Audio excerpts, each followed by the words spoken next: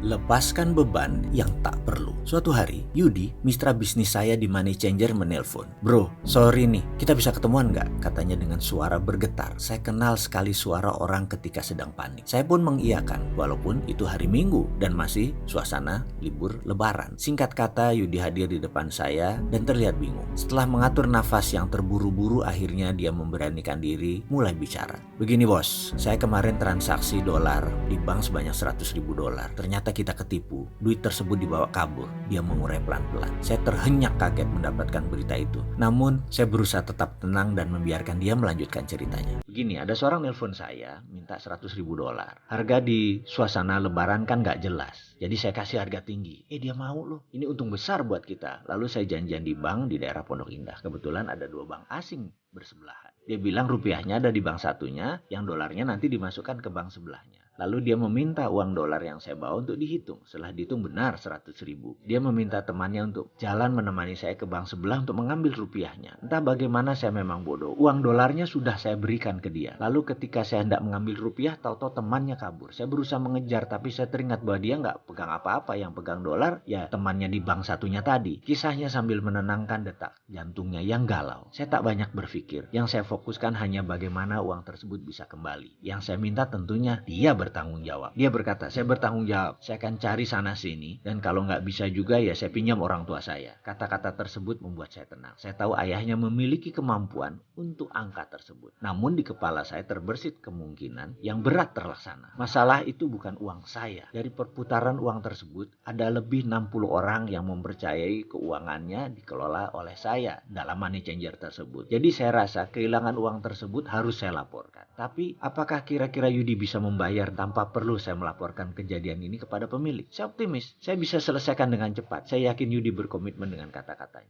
Tahu nggak apa yang terjadi? Setelah itu Yudi hilang di telan bumi. Dia pergi tanpa tanggung jawab, menghilang. Kata orang dia pindah ke Sulawesi Tengah tanpa pesan. Tinggallah saya menahan marah tak terhingga. Saya harus menghadapi para pemilik modal dan pastinya saya harus bertanggung jawab mengembalikan uang mereka. Hal ini membuat hati saya terluka, kesal, kecewa, marah. Bukan saya yang berbuat, tapi saya yang harus menanggungnya. Belum lagi, ini hanyalah satu di antara puluhan peristiwa yang membuat saya jatuh bangkrut pada tahun itu. Ketika saya teringat Yudi, muka saya murka, wajah saya memerah, dan saya kecewa. Kemana mencari orang seperti begini? Dan kalaupun dia datang, tapi nggak mau bayar atau tidak mau tanggung jawab, saya bisa apa? Dalam renungan, saya melewati hari-hari di rumah, saya teringat kembali Yudi dan kembali saya marah. Namun ada pelajaran yang saya dapat di salah satu workshop. Katanya, jika saya masih memendam marah pada seseorang atau sesuatu, saya akan terkena looping, memutar di tempat dalam pikiran dan hati saya dan tidak akan keluar sampai saya melepas hal tersebut dalam pikiran saya. Benar, saya harus melepas kemelut dalam pikiran. Tapi bagaimana saya melepasnya? Kalau saya ingat namanya aja saya marah. Pelajaran tentang prosperity conscious sangat jelas. Tidak boleh ada hal negatif atau berlawanan dengan kemakmuran. Karena hal itu membuat konflik interest dalam pikiran. Otak manusia hanya bisa memikirkan satu hal. Jadi jika ada yang lain akan mengantri di belakang pikiran yang sedang difokuskan. Bagaimana uang bisa datang kalau yang di depan adalah kemarahan terhadap Yudi? Kalau mengikuti materi prosperity conscious, saya harus memaafkan Yudi. Ya, sekali lagi, memaafkan, mencintai, dan mendoakan dirinya sukses selalu. Ini pelajaran gila menurut saya. Saya harus mengasihi sampai benar-benar tulus kepada orang yang melukai diri saya. Ego saya mengatakan saya tidak akan pernah bisa memaafkan pengecut ini. Tapi di sisi lain batin saya mengatakan saya ingin hidup damai dan penuh kemudahan. Untungnya saya bukan orang yang rumit. Untungnya saya bukan orang yang senang susah. Saya lebih baik berdamai dengan diri sendiri. Poinnya begini, bayangkan saya di hadapan Anda. Lalu saya meminta Anda mengangkat kedua belah tangan Anda, telapaknya menengadah ke atas. Di tangan saya ada satu buah bolpen dan satu buah ponsel. Bolpen saya letakkan di tangan kiri Anda. Ponsel saya letakkan di tangan kanan Anda. Dan kemudian saya akan bertanya kepada Anda sahabat, mana yang lebih berat? Anda pasti mengatakan ponsel di tangan kanan yang lebih berat. Lalu saya angkat ponsel tersebut dan saya letakkan di meja. Bolpen masih di tangan kiri Anda. Lalu saya bertanya sekali lagi kepada Anda sahabat, bolpen ini ringan kan daripada ponsel? Anda pasti jawab benar. getar. Lalu saya akan bertanya, bagaimana jika bolpen di tangan kiri ini Anda pegang 5 jam ke depan? Apakah bisa? Tentu Anda akan bilang, berat menahan bolpen selama 5 jam di tangan. Pertanyaan saya adalah, yang berat itu bolpennya atau lamanya? Anda pasti menjawab lamanya. Nah, inilah yang saya maksud dengan masalah saya tadi. Jika saya menggenggam terus kemarahan dengan Yudi, maka semakin diulang semakin memberat. Semakin lama saya pegang semakin berat. Saat itu juga saya memutuskan untuk menjalankan apa yang saya pelajari, yaitu forgiving of others. Saya memutuskan untuk mencintai Yudi dengan tulus dan utuh. Saya bawa dalam doa. Setiap saat saya teringat Yudi, saya doakan dia. Saya lupakan semua peristiwa yang telah dia lakukan. Saya lupa berapa lama saya melakukannya. Saya hanya ingat yang ada hanya ketulusan. Saya sudah mengikhlaskan semuanya. Suatu hari ada telepon di ujung jauh. Waktu itu belum ada handphone, masih handphone rumah. Handphone rumah berbunyi. Ternyata Yudi menghubungi saya. Dia meminta saya menyempatkan waktu bertemu ayahnya yang sedang sekarat di rumah sakit di Bilangan Cempaka Putih, Jakarta. Saya mendengar keseriusan suaranya dan saya pun setuju mengunjungi ayahnya yang kala itu di ICU. Saya kenal ayahnya dan saya heran ayahnya minta saya datang. Yudi kemudian menjemput saya dan mengawali dengan basa-basi singkat. Kami pun menuju rumah sakit. Dalam perjalanan, Yudi cerita bahwa ayahnya bertanya apakah Yudi punya masalah. Yudi pun menceritakan peristiwa tertipunya uang money changer waktu itu, yang kemudian dia kabur. Ternyata ayahnya berkata kepada Yudi, kalau kamu tidak melunasi kewajiban tersebut, kamu tidak saya anggap anak. Demikian ayahnya berkata dalam keadaan sakitnya di ICU. Karena itu Yudi memutuskan untuk membawa saya menghadap ayahnya di malam itu. Saya datang di hadapan ayahnya yang hanya bisa dihadiri orang terbatas. Saya berdiri tepat di samping sang ayah. Saya dengar Yudi berkata lirih, Pak, saya janji akan melunasi utang saya kepada Wowi. Ini Wowi sudah hadir di samping Papa. Mohon maafin saya, Pak. Kemudian dia berpaling ke saya. Maafin saya, Wi. Saya janji akan melunasi utang semuanya. Suaranya yang terbata-bata dan perlahan itu ternyata bisa membuat sang ayah terbangun.